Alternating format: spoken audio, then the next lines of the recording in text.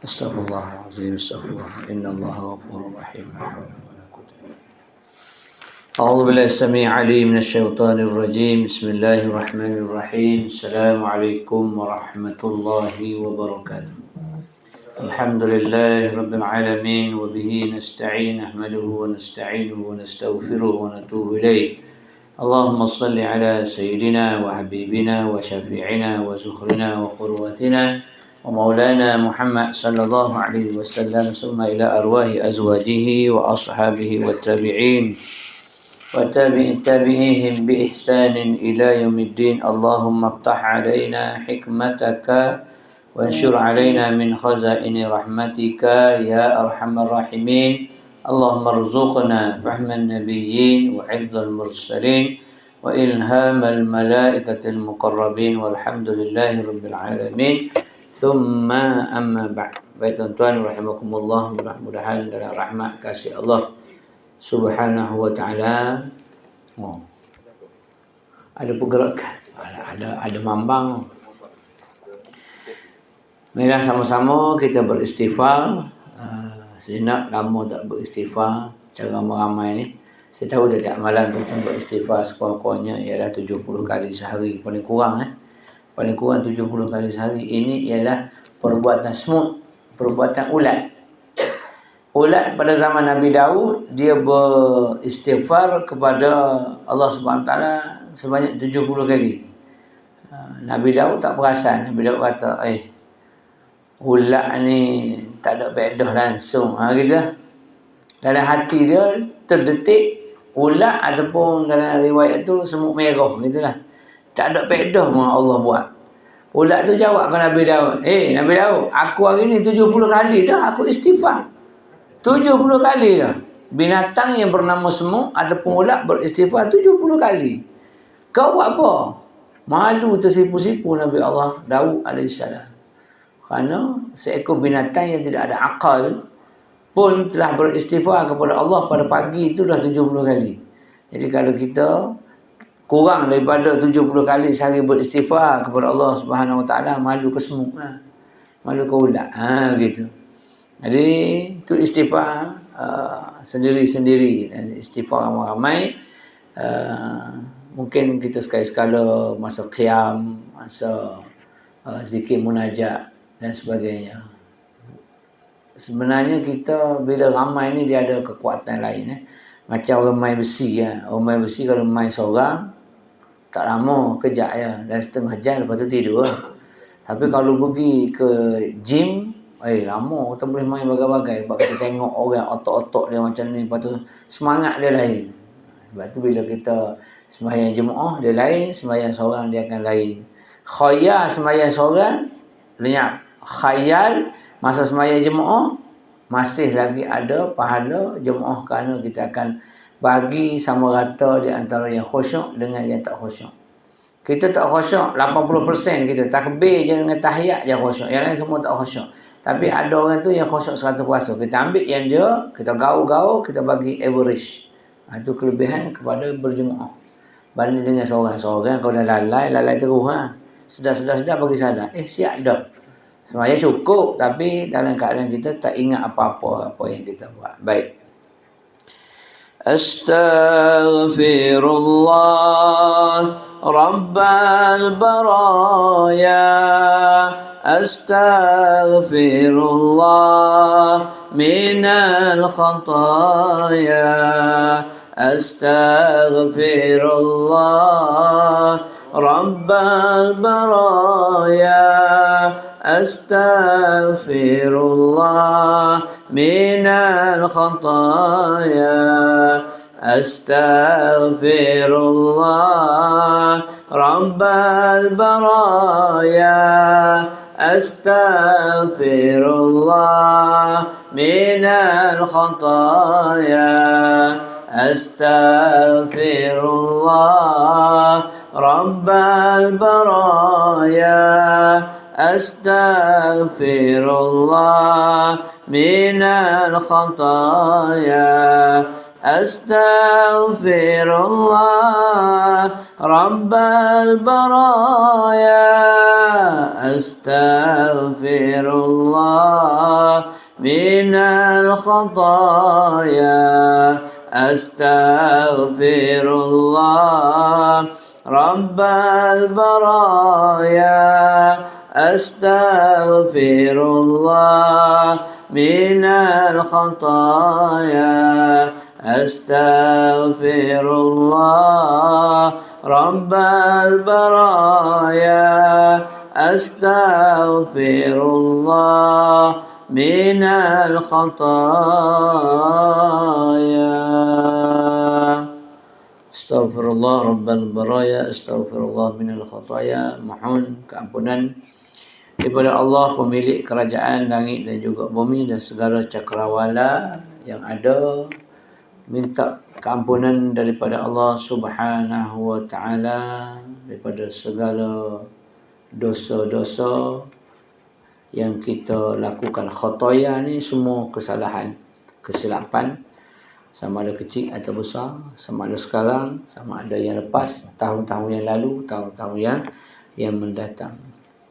Baik, sebelum kita tengok hadis arba'in, hadis 40 dalam peristiwa akhir zaman, satu hadis Nabi mengenai usaha kita walaupun dalam keadaan apa jua sekalipun, sakit, demam, musibah, bala dan sebagainya, jangan putus asa. Hatta walaupun dekat nak kiamat sekalipun, masih lagi kita kena berusaha. In qamatis sa'ah fi yadi ahadikum fasilatun fa in istata'a alla taquma hatta yaghrisaha falyaghrisaha.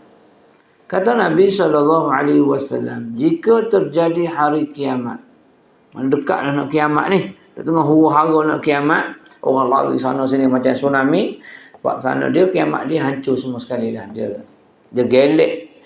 Bumi ni dia akan gulung macam kapek.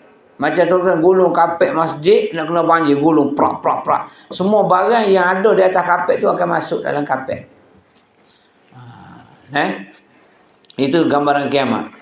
Macam tu sekalipun, tak masuk lagi kitab lagi ni. Ini mukadimah apa ni? Kitab muka surat 21, golongan yang sentiasa menang, hadis yang ke-7. Ini mukadimah dia.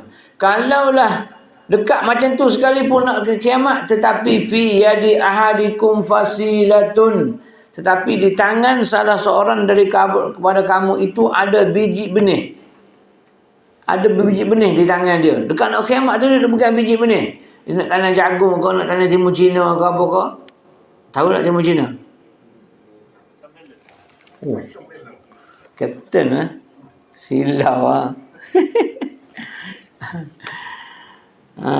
kalau ada biji benih lagi di tangan, fa in istata'a alla taquma, maka jika ia mampu sebelum terjadi kiamat, qabla yaquma tadi, sebelum berlaku kiamat, hatta yaghsuha falyaghsuha, kalau dia mampu untuk tanam, sempat dia cucuk biji benih dia sebelum kapek itu menggulung dia, falyaghsuha, tanam juga.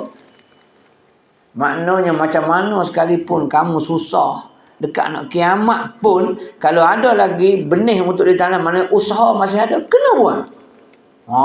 Bukannya tak boleh buat apa dah, rumah kita kena banjir, kuliah lah, agak kau jabatan kerajaan lah, mari buat. Kita pun duduk seller depan rumah, putus asa. Itu putus asa. Dan bila pergi tolong pula, bodoh KDN kata. Atau orang yang cuci futsal. Kemarin budak maritim kena futsal, kena gelanggang futsal di Ulu Langat. Ustaz ada sekali, dia tak kenal kita KDN, orang kampung. Kita duduk surah sini. Kita bodoh KDN. Hatta mai cuci futsal. Siapa nak main futsal ni tu musim-musim ni? Betul. Aku KDN juga. Tidak kenal kita KDN. Dia kata bodoh gini yang nak bahasa baik. Ajak nak suih dia. Main bodoh pun kata tak ada bahasa mari sini. Eloklah berhenti dah. Projek kita bersih tu berhenti. Bodoh sangat kita. Dia kata bodoh KDN. Seorang buat cik. AJK seorang tu sembang ustaz. AJK dah tunjuk dah ke belakang tu kita KDN dia tak kenal kita ni. Dia tahu Maritim tu tahu mana. Dia tahu KDN. Dia sebut KDN. Allah. Pada masa tu KSU ada, Timbalan Menteri ada. Aduh ya Allah. Orang pergi tolong. Dia kena sektor tu cuci. Macam mana cuci lah. Yang longkang yang seduk. Ini. Ni maksudnya dia dah putus harap tau. Putus harap. Tapi alhamdulillah lah tak ada lah yang siapa nak tukar agama dan sebagainya. Sampai syirik kepada Allah dan sebagainya. Ni hadis ni nak membuktikan bahawasanya usaha kita macam mana susah sekalipun, walaupun dekat nak mati sekalipun, tetap kena usaha. Biji benih datang gulung nak mati, cucuk juga. Mudah-mudahan dia tumbuh. Mudah-mudahan. Mungkin kiamat tu Allah boleh berhenti. Kan tak ada masalah. Macam hujan turun. Allah kata, alih Allahumma hawalaina wala alaina Allah. Alih hujan tu letak tempat lain. Tak ada masalah apa. Boleh, tak ada masalah. Itu urusan Allah, bukan urusan kita. Kiamat nak datang, cucuk, gulung separuh. Sak dia berhenti. Boleh berhenti. Banjir, zok. Sampai tempat kita, sampai kat masjid tu, air pun pecah. Sam lari. Tak kenal masjid tu. Boleh jadi. Berapa ramai kita tengok ada video-video yang kemalangan. Langgar sok, dia pun lari sikit je. Pam, kena tempat dia. Petir. Pam, dia lari sikit masuk sini, pam, petir pokok ni. Itu dah nasib baik dia, Allah takdirnya begitu. Ada orang semaju kan, dia tunggu traffic light, dah hijau berbung tumbang, tapi 4 orang keluar selamat. Mungkin dahan tu dah pacak kena tar dan kena atas bomboh kereta dia pun tak kuat. Kalau ikut pokok tu sama salah dengan kereta. Jadi kalau kita yakin dengan Allah Subhanahu Wa Taala, apa jua yang berlaku kepada kita, kita tidak perlu kesal. Kejut lah rasa, memanglah kalau mati sakit memang kita akan terasa, tapi kita tidak akan menyalahkan Allah sebab tahu inna lillah wa inna ilaihi raji'un. Daripada dia dan balik semula kepada dia. Daripada Allah datangnya pangkat, kepada Allah kembalinya ke Eskom. Terimalah hakikat ia. Kita tak nampak dulu macam saya kena hantar. Saya 2 kali Sarawak. Kata apa hikmah aku ni Sarawak ni. Dulu tengok. Mula-mula alam 360 masa tu. Lepas pada kali kedua tu, alam dia kali 2. 720. Ya benar-benar. Duduk di Semenanjung tak dapat. Duduk di Sarawak dapat. Contoh dia. Kita mudah kita. Banyak benda lagi. Yang kelebihan yang kita tak nampak di sebalik hikmah yang Allah tetapkan kehidupan kita. Sebab itu jangan lupa setiap malam kita sembahyang istikharah, minta Allah bagi jalan terbaik untuk hidup kita. Bukan hajat saja, istikharah maknanya minta Allah pilih yang terbaik dalam kehidupan kita khusus. Ya Allah, aku istikharah ini bukan nak pilih antara baik dan buruk, tapi aku nak menyerahkan kebaikan hidup aku ni kepada Engkau ya Allah. Anda kata ini yang terbaik untuk hidup aku, duniawi dan ukhrawiku. Aku redha dengan ketetapan Engkau ya Ilahi Rabbana. Dia Maha tahu. Dia Maha tahu Sebab tu Allah bagi ujian di sebelah mana banjir. Allah nak tengok macam mana kau terima, macam mana hati kau dengan Allah Subhanahu Wa Taala. Orang bagi subsidi barang, kau baling lempar baju, bertimbun baju yang kau tak hargai pemberian orang. Orang bagi selimut selai seorang di masjid, ada 60 keluarga patut dapat, tapi kau bariskan 7 orang, 5 anak, suami dan isteri, 7 helai satu rumah, orang lain tak dapat. Semua Allah uji. Kita kata seorang satu keluarga satu je baris. Okey. Dia suruh bini baris sana, bini suruh anak baris sana, anak 5 baris, selai seorang. Jadi orang yang lain patut 60 keluarga kau akan dapat selai seorang. Sebab bajetnya ada 60 pada ketika itu. Tak, janji aku dapat, anak aku dapat seorang selai. Selimut memang ada selimut selai seorang. Jadi cuma buat sementara ni ada 60 lah je orang bagi. So 60 keluarga yang dipilih. Tak ada sampai 30 keluarga habis. Licin. Sebab satu keluarga 7 orang baris. Itu belum lagi yang pusing macam budak ambil duit hari raya. Ting ting ting habis. Tak kena kau. Tukar baju, ambil baju lain. Tadi baju hitam, baju merah. Dia ajar anak dia. Bodoh tu rumah apa. Itu Allah uji tengok Allah. Allah nak tengok. Belakang rumah tu macam gudang beras. NGO ni bagi dia ambil. NGO ni bagi dia ambil. Dia ambil semua dia himpun. Kata masak ke tak cik? Tak masak lagi. Makan. Pagi orang hantar. Tengah hari orang hantar. Malam orang hantar. Oh sedap banyak. Kata saya nak duduk juga sini. Makan free. Jadi kena runcit belakang rumah dia. Mari air sekali lagi. Baru dia tahu. NGO bagi kat kita yang ni. Kita dah ada. Ambil bagi orang lain. Ada lagi yang tak dapat. Biasa yang dapat yang duduk dekat dengan surau. Yang tepi jalan besar. Oh yang ni memang banyak dah dapat. Tapi duduk dalam ceruk sikit tu. Yang nak pergi pun susah. Nak pergi naik scrambler. Memang tak dapat yang tu. Itu memang tak dapat. Kalau dapat pun ujung-ujung sakit baki yang dapat. Sebab orang ketok situ. Orang ke berlumba yang dekat-dekat tu. Kami. Dia suruh anak dia pergi. Dekat. Pak pusat bantuan. Tapi yang jauh tu, nak keluar pun dia pun berlumuh dengan lepas cukang pun selang. Lepas cukang para lutut pun selang dengan seluk. Tak mampu. Allah uji saya tengok. Mari tu di Ulu Langgar. Allah uji macam tu. Satu. Allah uji. Uji kita pun macam tu juga. Kita pergi buat. Tuan rumah. Relax isap rokok. Relax. Minum teh buat dia. Tuan rumah. Kita jadi abdi duduk siku tak nak. Berbuah hal guni tak tepi. Buah tu tak tepi. Kita jadi abdi. NGO hantar pulak barang. Cik kat sini. Tak sana. Oh sana. Dia harus macam kita tu lalamu. Dia macam-macam pengen. Bila kita duduk dengan dia tu, berapa jam dia duduk. Ya Allah, kata macam ni lah ujian dia kan. Lepas tu kita hok berjalan, hok kita tengok saja, hok cekok pinggan tengok ni memang kena sumpah lah. Dia tu mari saja cekok pinggan dia tu. Padahal orang yang mari cekok pinggan, bos buah mari cekok pinggan pun tak apa sebab dia atas anak muruh dia 100 orang dah pergi bersih kawasan. Dia pergi tu nak menentu berjalan elok ya. Kena sumpah juga. Aku kata aku nak bagi ceramah sikit kau orang banjir. Bagi sikit biar rasa sikit. Biar dia marah, biar dia balik telur busuk kat aku tembok. Orang dia mari cekok pinggan pun tak apa. Tengok anak buah dia relanya dengan apa ni APMN lepas tu gym apa semua sekali lah. Hampir katanya 1,000 satu hari pergi. Hampir 1,000. Dia mari sekali-kala buah mari cekok pinggan tengok itu boleh marah. Setakat cekok pinggan baik tak yang hari. La ilaha illallah.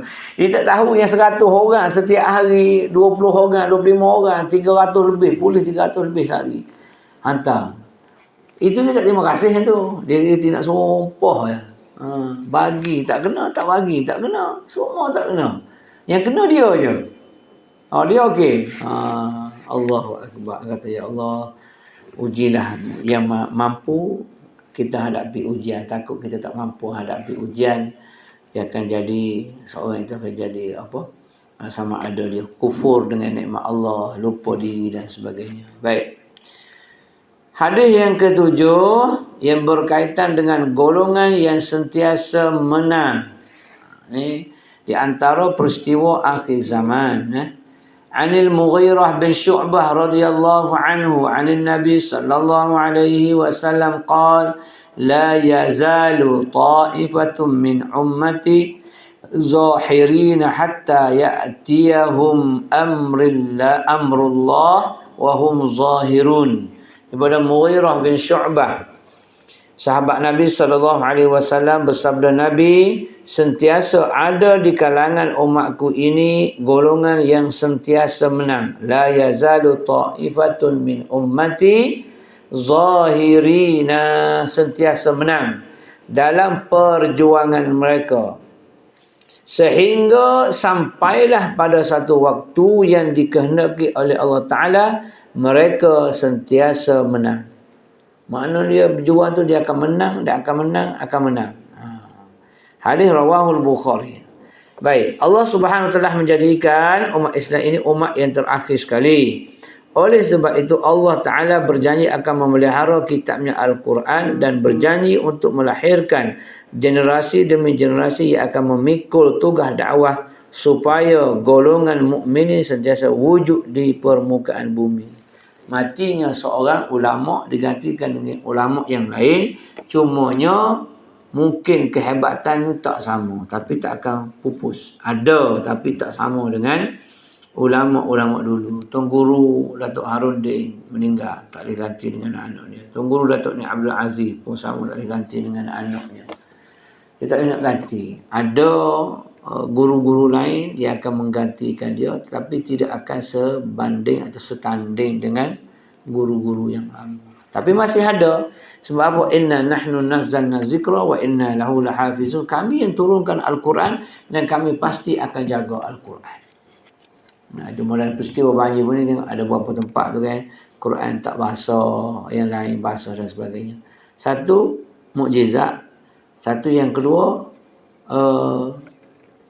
Quran itu sendiri, dia punya kualiti kertas dia tu sendiri yang salut lilin, yang menyebabkan air tak telus, tak telak air. Itu salah satu. Mukjizat tu memang mukjizat lah. Yang kedua sebab air tak nak masuk. Dia kertas tu kertas berlilin. Sebab kadang-kadang bila kita ni nak viral ni, kita glamour lah dia. Oh, saya menyebut Al-Quran yang tidak basah. Kita jumpa masjid yang tidak. Kita takut nanti kita terlalu kepercayaan kepada satu makhluk yang menyebabkan kita lupa itu ialah daripada Allah Subhanahu Wa Taala. Kena pegang macam itu. Memang tak basah, tapi tengok material yang dibuat Quran itu kualiti yang tinggi, yang berada dalam kotak. Sebab dia tunjuk tadi, yang dalam plastik hitam tu buku-buku biasa. Yang dalam tong kedap itu ialah Al-Quran. Kan beza tu. Kalau dalam tong kedap memang tak basah.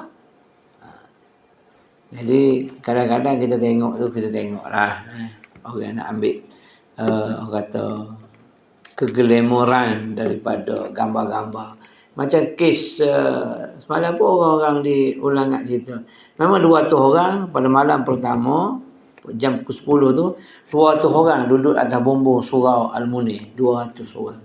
Penduduk itu nak pergi ke mana? Di situ ada selang-seling rumah kampung kan. Ada rumah kampung yang naikkan sendiri binaan 2 tingkat. Itu selamat. Yang lain tu tengok panjat rumah ni dah penuh. Pergi panjat surau. Surau tu dia buat atas tu ada tangga untuk pergi tengok tangki air. So yang orang kampung panjat tu, yang wheelchair pula buang wheelchair, ambil lansir surau di atas, ikat yang ni tarik awak naik. Nak selamatkan lebih kurang 200 orang. Memang tragis lah benda tu kan. Tapi gambar duk berenang, rumah kami tenggelam air atak tu, bukan rumah dia, itu atak surau kata. Menipu sungguh lah orang sini kata. Orang situ kata dia nak ambil simpati ke apa tahu tu gambar. Kerana kami dalam keadaan tenggelam di atas bumbung, bukan bumbung rumah dia, bumbung surau tu. Rumah surau tu memang tak tenggelam lah, tinggi, dia ada tangga naik dan sebagainya. Surau 1 tingkat je, tapi atas tu atas bumbung tu masih lagi boleh lah. Dia ada staging dia yang boleh duduk. 200 orang duduk. Memang ketika itu tak timbul SOP kan. Tak ada orang tanya pun, seorang pun. Kau naik juga. SOP. Tak ada jarak masa tu. Okey je. Tak ada masa bila nak ambil ni. Tak ada emas, tak ada apa lah. Berimpit-impit, beribu-ribu lah. Bertolong-tolongan. Ketika itu dan ketika macam tu, nafsu pun tak ada. Allah tutup nafsu. Maknanya campur laki, perempuan. Tak ada apa dah. Maksud darurah. Memang darurah ketika itu mengharuskan perbuatan yang haram. Maksud pencampuran ketika itu dibenarkan. Sebab itu dalam kes di Mekah, bila mana tawaf, sa'i itu bercampur laki dengan perempuan. Orang Yahudi kata, orang Islam ni double standard. Di tempat lain tak boleh campur laki dengan perempuan, tetapi di Masjidil Haram boleh. Laki perempuan apa? Kau tawaf, apa? Sa'i pun sama. Di Arafah pun sama. Kenapa dia kata di situ boleh, tempat lain tak boleh? Sedangkan benda tu boleh buat. menggesa kerajaan Saudi untuk mengasingkan. Zaman Rasulullah sallallahu alaihi wasallam boleh asingkan, memang diasingkan. Perempuan pergi, lelaki pergi ke dia. Dia ada time dia. Waktu malam perempuan, waktu siang laki-laki. Ketika itu orang tak ramai untuk bertawaf dan sebagainya. Sekarang ni ramai sangat. Kalau dia buat macam tu, yang berkeluarga macam mana? So, dia ambil kaedah ad-darurah tubihul mahzurat. Darurah itu mengharuskan seketika. Mengharuskan seketika. Jadi dibenarkan bercampur di situ. Segi logik kita kata, aduh, campur laki perempuan dengan tawaf. Tawaf apa? Ada tahun, saya pergi tahun 96 sekali, masa belajar. Dia panggil tawaf cari makan. Tawaf cari makan ni geng-geng Pakistan, geng-geng belah sana lah. Dia pergi tawaf dekat dengan perempuan, dia duduk rapat. Dia rapat, dia pakai ihram, dia buka ihram tepi dia, dia selit senjata mukmin dia. Lepas tu dia tawaf. Labbaik Allah, labbaik Allah. Keluar sampai terpancut, dia pun keluar. Kenakan ihram perempuan pula. Tu zaman tu. Zaman orang ada juga yang gila nafsu dan sebagainya. Ada. Tak ramai lah, tapi ada yang jenis gila, memang gila betul lah. Sebab tu percampuran. Tapi ketika itu dia menangkan, tak boleh buat apa. Kalau kita asing, dia akan lebih mudarat yang lain. Maka kerajaan Saudi terpaksa membenarkan untuk percampuran pada ketika itu. Maka banjir pun duduk atas bumbung dan sebagainya, keadaan darurah dibenarkan pada ketika itu. Lepas pada air dah kering dah, dia pukul 10 malam, kering lepas asar, hari yang berikutnya tu, lebih kurang tak apa 24 jam, tapi yang surut lah. Bila turun dah boleh balik rumah masing-masing, tak boleh lah nak pergi kupu-kupu pula atas tu. Pangkat duduk atas surah, seronok lah kita duduk atas surah itu hari. Jom kita naik pula. Tak boleh. Nak pergi ramai-ramai pula dah seronok dah. Tak boleh sebab darurah ketika itu sahaja. Baik. Pada Quran tadi Allah Subhanahu Wa Taala menyebut inna nahnu nazzalna zikra. Kami yang turunkan dia Al-Quran. Wa inna lahu lahafizun, dan kami jaga dia daripada sebarang jenis pengubah suaian, sebarang jenis penghinaan dan sebagainya. Tengoklah kepada Quran. Daripada dulu 1400 tahun, hampir 1443 tahun lah. Quran diturunkan bila ada sahaja orang cuba meninhiraf. Inhiraf ni pengubah suaian. Ada sahaja akan dibetulkan oleh alim ulama hufaz yang menghafal Al-Quran. Masih ada yang menghafal Al-Quran, dia ingat setiap muka suratnya, setiap hurufnya. Bila mari orang-orang kafir yang cuba menambah surah-surah kepada Al-Quran, cepat disedari. Sebab Allah dah jamin, aku turun Quran, aku akan jaga.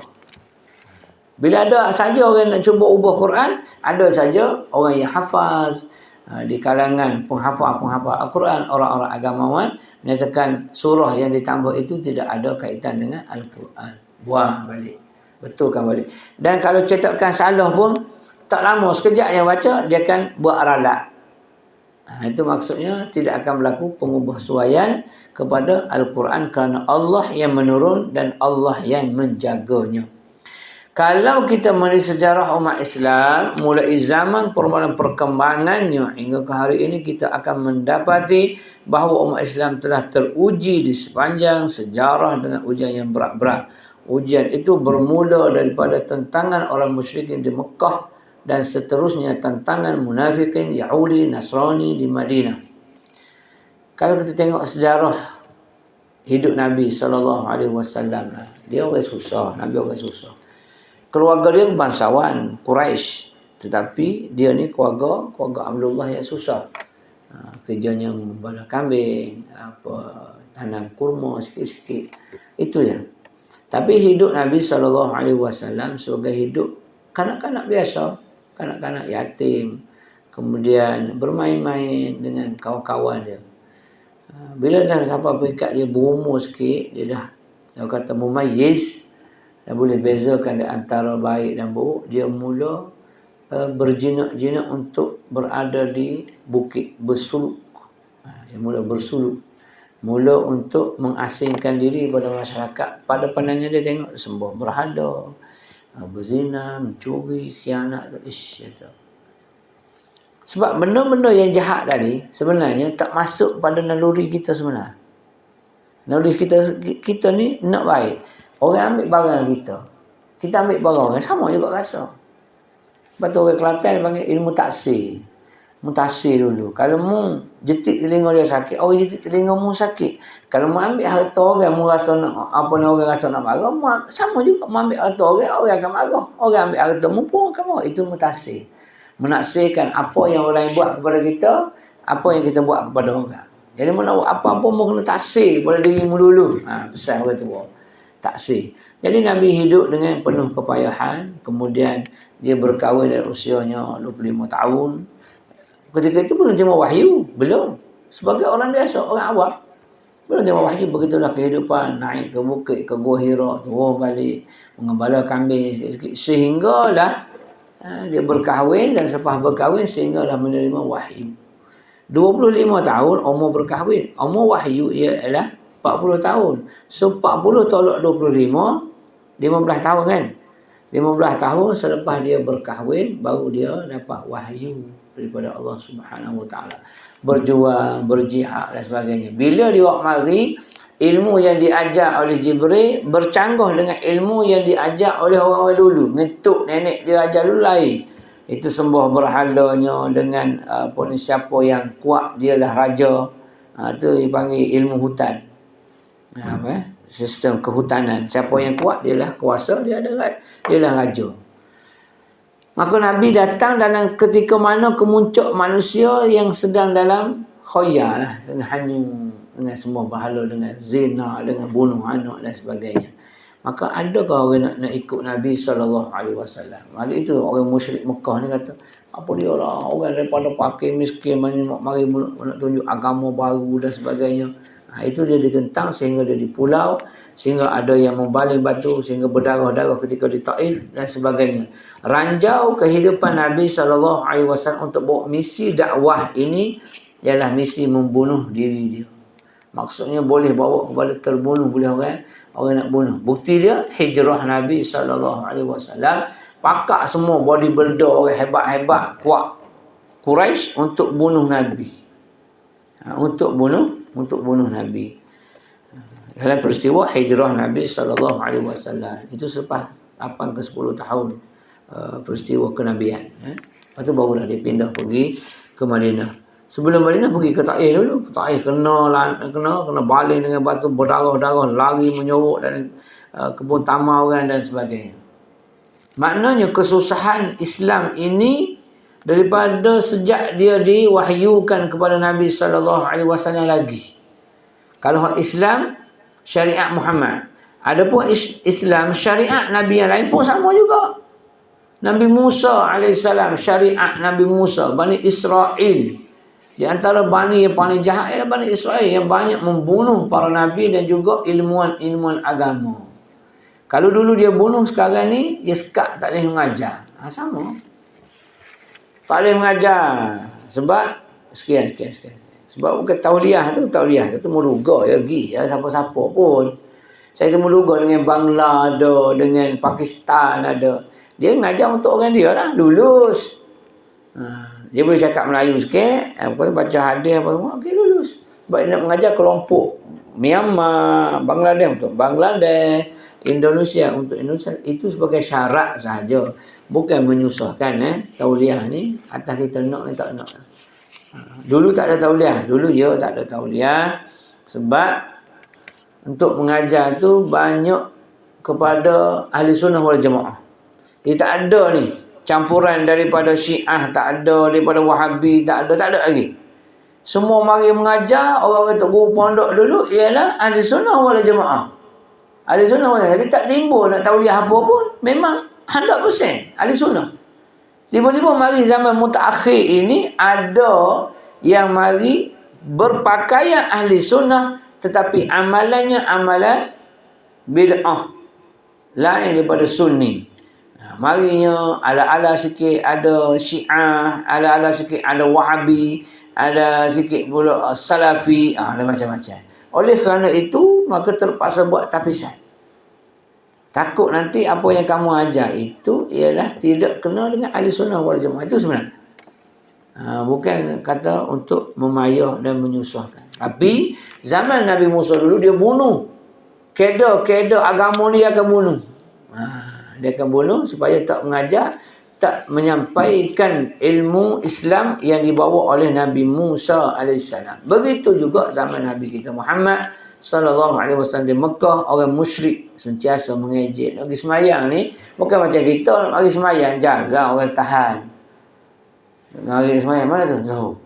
Zuhur. Masuk jawab balik. Ni.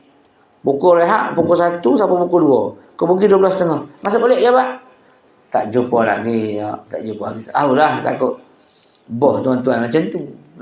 Kita jumpa sini non muslim pun kita sebut bagaimana? Semayang zuhur boh. Zuhur Datuk tu kan. Dia tak ada halangan lah. Setakat ni. Maknanya kita ni bukan macam di Mekah dulu.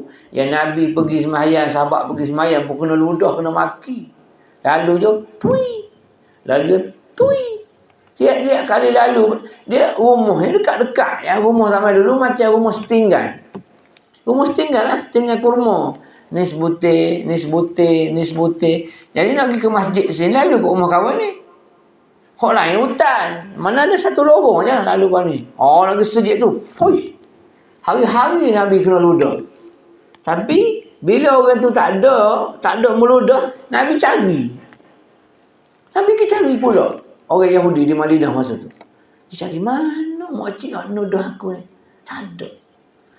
Sahabat kata, sakit ya Rasulullah. Sakit. Rasulullah pergi melawat. Orang Yahudi yang sakit. Kafir tu. Kalau Nabi pun boleh melawat orang Yahudi sakit, kenapa tidak kita orang Islam yang sakit, kita pergi melawat? Best kita pula, skop pula tu satu bangunan. Tak ada lagi melawat. Walhal dengan melawat orang sakit tu lebih kuat ingatan kita kepada kematian. Kenapa nak sebut mati semua ni? Orang cerdik ni orang yang selalu ingat kepada mati dan sebut mati. Aqyasun nas aksiru hazimil lazzat.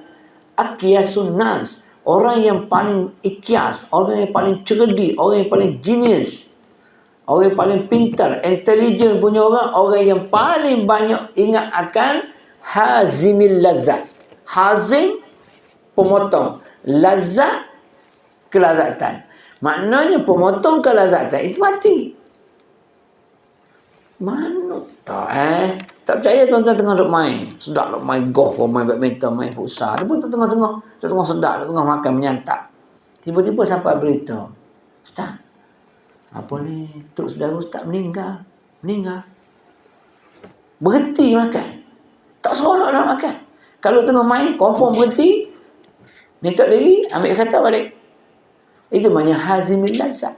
Dia tengah sorok cerita, kita minggu ni akan, kita akan ada hari ulang tahun bla. Tiba-tiba, pop, berita kematian. Ada kematian, orang besar. Di antara orang besar kita ada mati. Jadi, hazimil lazzat. Maknanya kelazatan, kenikmatan, keseronokan itu akan terbantu kerana berita kematian. Itu maksud hazimil lazzat. Jadi, orang yang cerdik ni Nabi kata, orang yang pintar, bijak, genius, intelligent punya orang ni, dia sentiasa sebut mati. Dia mati. Dia ingat mati. Ingat mati, bukan dia akan jadi putus asa. Macam tadi lah. Kiamat tu habis lah tu. Dunia lah tu nak habis lah tu. Dunia nak mati lah tu. Kiamat ni dunia mati. Dunia nak mati pun kalau ada biji benih di tangan kau, tanam juga. Macam tu sekali. Jangan putus asa. Jadi kalau kita sebut mati ni, bukan kita kata kita nak mati tu, mati situ. Tak. Kita sebut mati lah. Jangan sebut mati. Nanti cepat mati. Tak. Saya sebut mati tiap-tiap hari. Tiap-tiap hari. Sekarang saya malam saya tak nampak mati. Bukan tak nampak, saya lah malam. Kalau pergi ngajar semenyih. Jauh kot semenyih. Malam Pergi pukul 6.30. Nampak lagi. Bila nak balik malam, isteri yang bawa kereta. Bawa kereta. Sekarang saya bagi dia bawa, petang pun dia bawa, malam pun dia bawa. Siang hari pun saya. Orang kata, oi Ustaz, driver perempuan, senang nak ajar dia. Kalau saya mati, mudah bawa kereta. Ustaz sebut mati semua. Orang cerdik sebut mati. Mati sungguh. Memanglah tak sebut pun mati. Sebut pun mati. Mu tak sebut mati, mestinya takut mati. Mati juga. Nyorok dalam lemari. Lagi cepat mati. Tak ada nafas. Sebut kau tak sebut kau mati, kita akan mati. Sambut kau tak sambut kau tahun baru pun ni, tetap dia akan mari 2022. Siapa yang detik 10, 9, 8, 7, 6, 5, 4, 3, 2, 1, 12, 1 minit, 2022. Siapa yang tak bilang pun, tetap juga 2022. Jadi apa beza? Tak payah nak bilang. Berdoa lah pada malam tu. Alhamdulillah. Oleh kerana Allah datangkan dengan pandemik, banjir pula, maka tak ada lah yang secara rasminya membazir bunga api. Semua buat pakat semaya hajat seluruh. Alhamdulillah. Itu yang kita nak. Itu yang kita nak. Mana kita minta hajat dengan Allah Subhanahu Wa Taala dan sebagainya. Kalau tidak lah, itu pun ada geng-geng muda buat sunyi-sunyian dia buat duduk nak detik, nak kira, nak bilang. Tapi tak ada secara rasmi.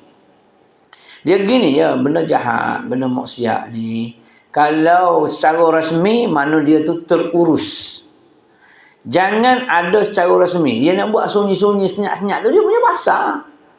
Masing-masing tanggung lah yang tu. Tapi bila kita ada autoriti, kita ada kuasa, jangan engkau meluluskan sebarang permohonan ke arah kemaksiatan. Kena pegang yang tu.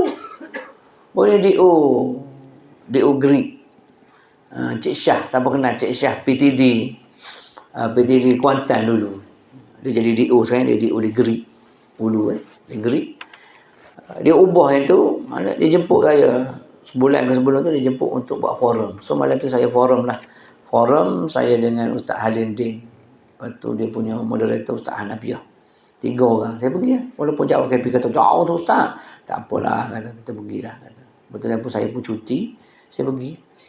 Nak ubah daripada, sebab ada permohonan kepada DO untuk buat joget lambak. Nak buat detik 12 malam. Dia buat gitu.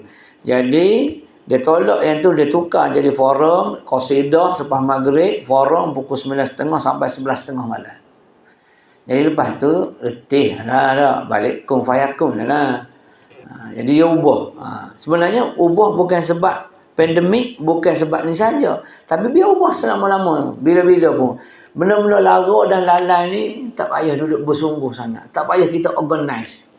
Kita organize lah, kita buat satu persembahan, malam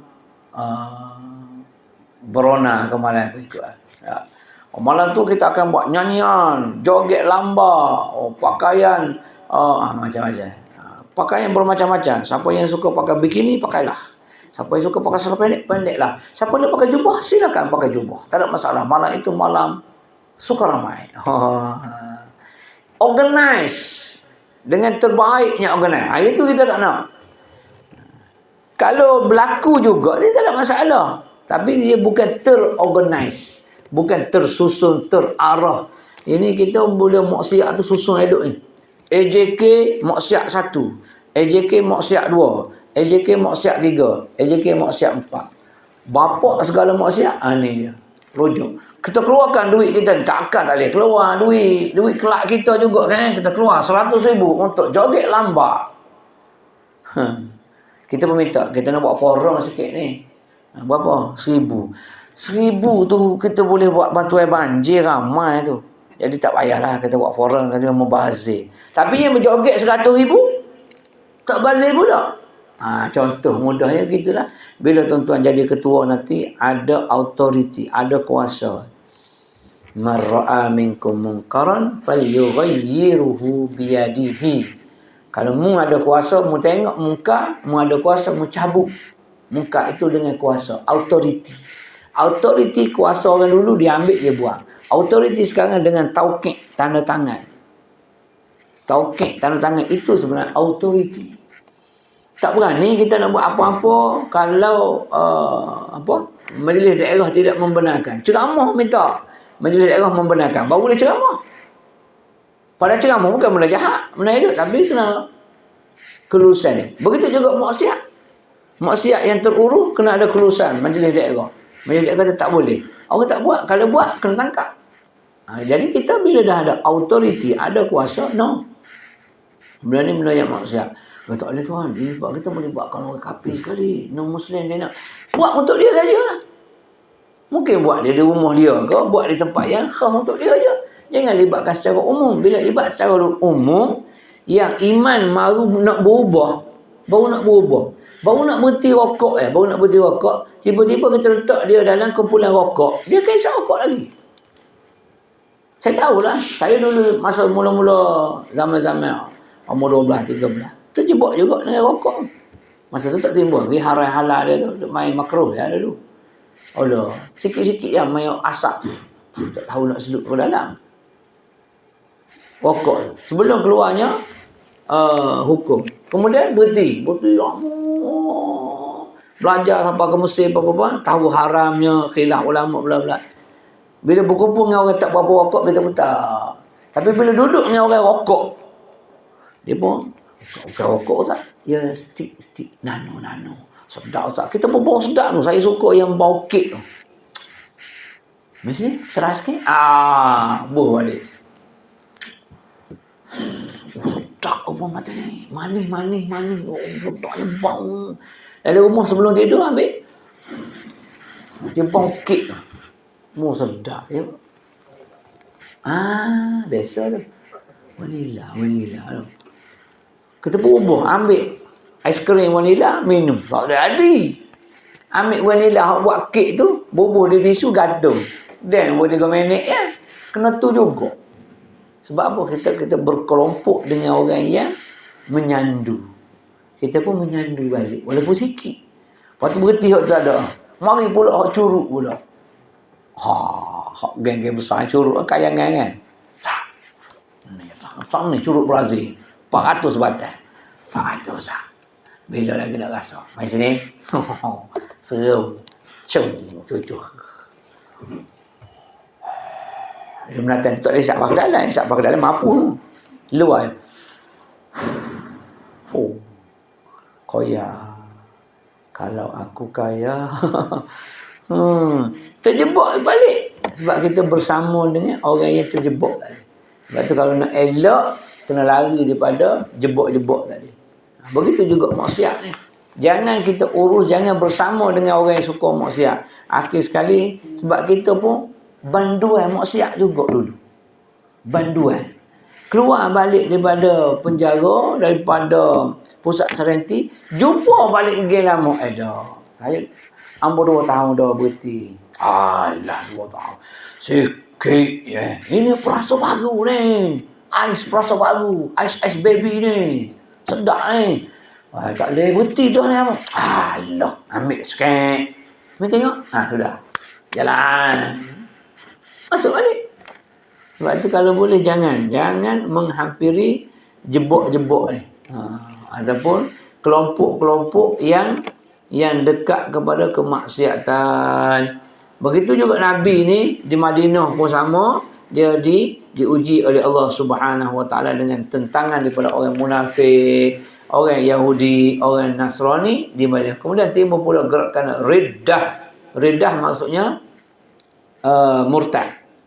Majusi yang berselimutkan Islam, golongan batiniyah, pengaruh falsafah dan pemikiran Yunan, serangan bangsa Tatar Mongol yang menghancurkan peradaban Islam di Baghdad, Iraq pada pertengahan abad ke-7 Hijriyah. Begitu pula halnya dengan pembantaian terhadap kaum muslimin ketika jatuhnya kerajaan Islam di Andalus ataupun di Spanyol, dan seterusnya disambung dengan pengaruh pemikiran imperialis barat terhadap dunia Islam, Zionis, Yahudi, misioneri, Nasrani dan sebagainya.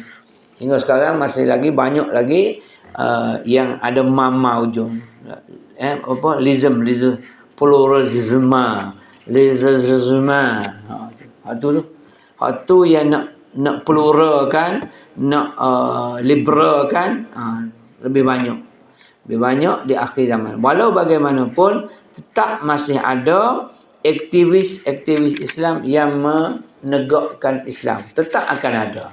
Kita tengok sendirilah dalam negara kita, orang yang nak menegakkan Islam tu tetap akan ada sampailah kita kiamat akan ada. Sebab itu Nabi kata, zahiruna la yazuna ta'ifatun min ummati zahirina hatta ya'tiyahum amrullah wa hum zahirun. Mereka tetap akan berjuang untuk menegakkan agama Allah Subhanahu wa taala. Mudah-mudahan kita yang termasuk dalam zahirun itu, iaitu orang yang sentiasa berjuang untuk menegakkan agama Allah Subhanahu wa taala. Dalam arti kata lain, berjuang ni bukan kat pedang lagi perang di Syria, di apa ni Palestin, tak semestinya itu. Tapi berjuang untuk menegakkan syiar Islam. Kita sendiri orang tengok orang Islam macam ni, buat puasanya macam ni, rayanya macam ni, azan macam ni, iqamah macam ni. Ini bila kita pasang tarahim di surau-surau di taman, marah. Zaman kita kecil dulu dengar tarahim, setengah jam sebelum daripada waktu subuh, dengar dah kaset. Kaset yang dipasang oleh apa ni, siok-siok Bilal ataupun Bilal sendiri yang akan melaungkan tarahim. Ya Arhamar Rahimin, Irhamna. Ya, baca Al-Quran, dia baca setengah jam sebelum. Kita ingat itu pun sedar. Oh, tarahim dah. Nak subuh dah. Kita tahu bahawa subuh akan masuk sebab bunyinya tarahim. Irhamna tu. Minta. Sekarang ni bunyi tarahim pun tak boleh. Azan kuat pun tak boleh. Itu hari dia naik kerak. Speaker. Dia Putrajaya. Kisah surah Putrajaya. Sebab dia punya ceropong tu pergi bilik dia. Kena kat bilik dia, dia surat tengah-tengah. Rumah keliling, rumah apartmen. Jadi dia punya cerobong tu hadap rumah dia. Dia tidur tak boleh. Dia cari staging, dia sewa, dia kerak. Keting dia kerak. Tak bunyi langsung. Orang tanya budak AJK, buat-buat mu ni AJK menatang apa? Tak azan. Dia kata, azan? Tak bunyi. Biasa bunyi. Memang tak ada. Oh ya, betul lah. Cari-cari je rupanya orang pun. Ada orang potong. Kalau saya tanya, Melayu ke apa? Orang Melayu Islam. Oh. Apa tiga lainnya? Dia gede habis sangat. Bukan atau biasa tu, tapi gitulah kata. Buat report. Saya buat report. Buat report boleh, report ke perbadanan. Perbadanan pun mari tengok, memang kerak.